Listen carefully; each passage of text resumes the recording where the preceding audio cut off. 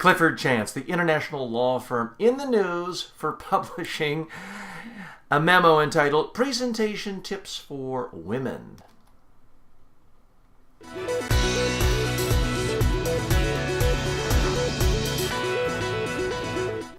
Always dicey giving people information on how to present themselves, because no matter what you do, it can strike people as condescending, obvious, lame.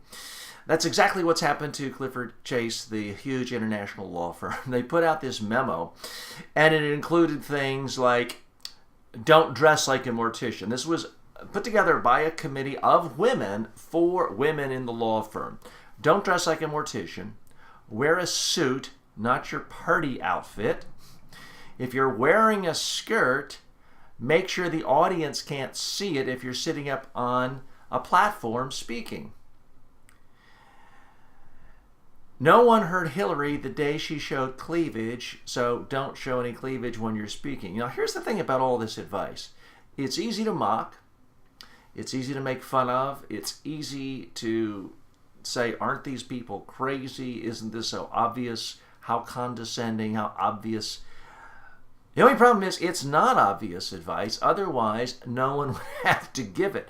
I have a great deal of sympathy for the people at Clifford Chance and what they were trying to do here. But I've seen this time and time again when large organizations try to help people on their appearance, how they present themselves to the world, their clothing, their body language. It typically ends up backfiring because it's such an intensely personal thing. Now, forgive me an indulgence of being seemingly self-serving. This is why people hire people like me, outside consultants, to do presentation training, because there is that distance. It's kind of like hiring a therapist. Your coworkers don't want to hear about certain problems you have. Send them to the therapist. And that's essentially what goes on in a lot of presentation coaching too.